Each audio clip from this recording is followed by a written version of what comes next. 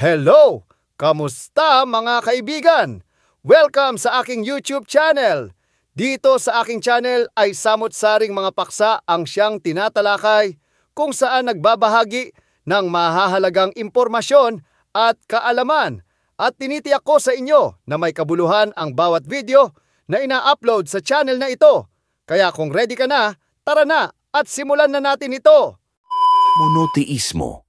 Bakit iisa lang ang Diyos ayon sa Kristyanismo? Alam mo ba kung ano ang ibig sabihin ng salitang monoteismo sa pananampalatayang Kristiyano? Bago tayo magpatuloy, kamusta mga ginigiliw kong manonood sa aking YouTube channel? Ngayon ay pag-uusapan natin ang isa sa mga komplikado at kontrobersyal na paksa sa teolohiya, ang monoteismo sa pananampalatayang Kristiyano.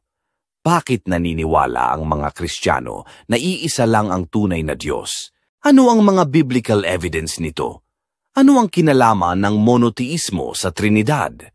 At bakit game changer ang konseptong ito? Tara, let's dive in. Now na! Ano ba ang tinatawag na monoteismo?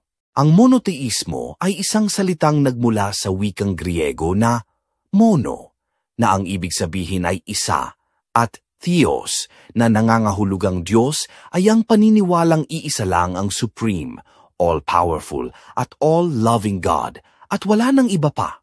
Ano ang ibig sabihin nito? Sa pananampalatayang Kristiyano, iisa lamang ang tunay at buhay na Diyos. Siya ang lumikha ng langit at lupa, ng lahat ng bagay, nakikita man o hindi. Sa simula, nilikha ng Diyos ang langit at ang lupa. Genesis 1, talata 1. Pakinggan mo, Israel, ang Panginoon ay ating Diyos, ang Panginoon ay iisa. Deuteronomio 6, talata 4. Hindi katulad ng sa polytheism, kung saan marami silang kinikilalang Diyos, o ng pantheism, kung saan kinikilala nilang Diyos ang buong kalikasan. Ngunit ang Kristyanismo ay strictly monotheistic, pero may plot twist. Abangan po ninyo sa dulo nitong video. Bakit naniniwala ang Kristyanismo sa iisang Diyos? Una, siya lang ang manlilikha. Lahat ng bagay ay galing sa Kanya. Isaya 44, talata 24. Pangalawa, siya lang ang karapat-dapat sambahin. Huwag kang sasamba sa ibang Diyos. Exodo 20, talata 3. Pangatlo, siya lang ang pinakamakapangyarihan sa lahat. Walang makakapantay sa kanyang kapangyarihan. Jeremias 10, talata 6. Pero teka muna, paano naman yung Ama, yung Anak, at ang Espiritu Santo? Trinidad ba ito? Oo, mystery alert. Ang tunay at lehitimong Kristyanismo ay naniniwala sa Trinidad, sa tatlong persona pero sa iisang Diyos. Ito ang hiwaga ng Trinidad. Hindi tatlong Diyos, kundi isang Diyos sa tatlong persona. Parang katulad ng ilaw, init, at liwanag, iisa ang pinanggagalingan, pero may iba't ibang anyo. Ganito rin ipinakilala ng Biblia ang Diyos. Makapangyarihan, banal, at puno ng pag-ibig. Una, ang Ama ang manlilikha. Pangalawa, ang Anak si Jesus ang Diyos na nagkatawang tao. Pangatlo, ang Espiritu Santo ang presensya ng Diyos sa atin. Naguguluhan ka pa rin ba? Paano nagkaroon ng isang Diyos na may tatlong persona? Mahirap mang arukin na unawain ang hiwagang ito ng Trinidad. Intindihin natin ang pinapahayag ng talata sa Isaya 55, 8-9 na nagsasabi ng, sapagkat ang aking mga pag-iisip ay hindi ninyo mga pag-iisip, ni ang inyong mga pamamaraan ay aking mga pamamaraan, sabi ng Panginoon. Sapagkat kung paanong ang langit ay higit na mataas kaysa lupa, gayon ang aking mga pamamaraan ay higit na mataas kaysa inyong mga pamamaraan, at ang aking mga pag-iisip kaysa inyong mga pag-iisip. Ang tangi kong masasabi ay ito, kung mayroon kang tunay o totoong pananalig at pananampalataya sa Diyos, ay magiging madali lang para sa iyo ang unawain o intindihin ang hiwagang bumabalot sa Trinidad.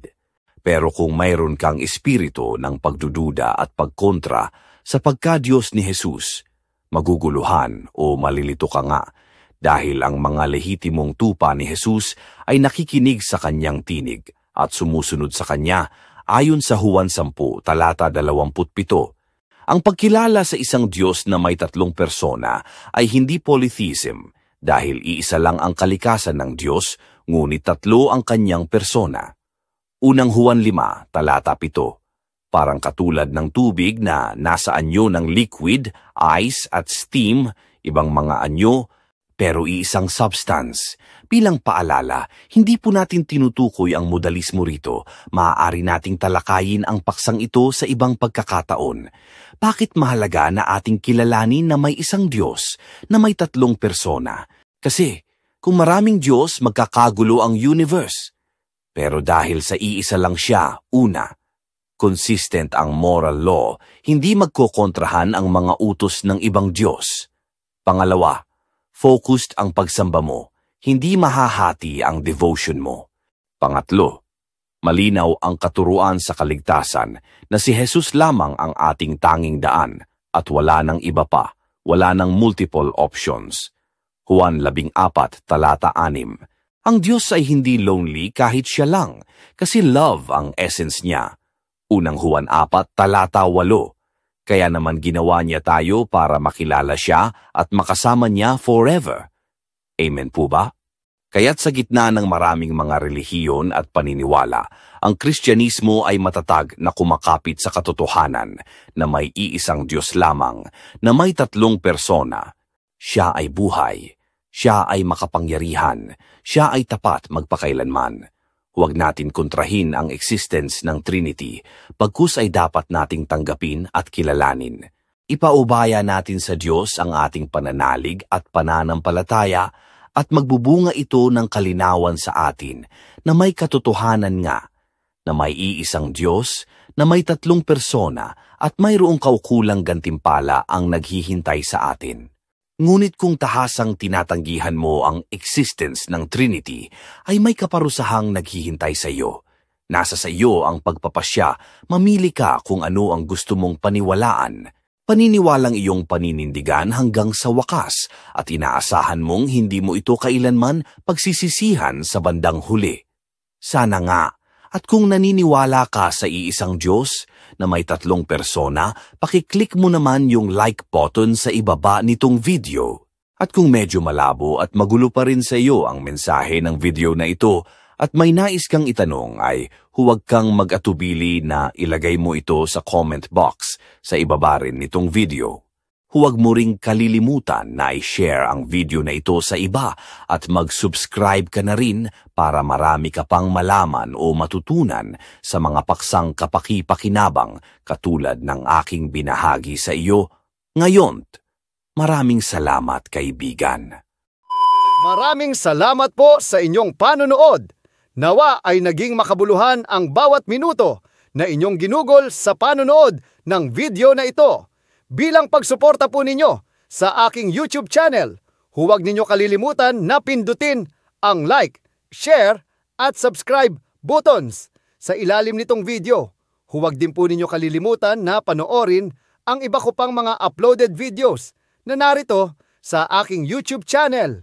At umaasa din po akong muli tayong magkikita sa lalong madaling panahon para sa aking panibagong worth watching video.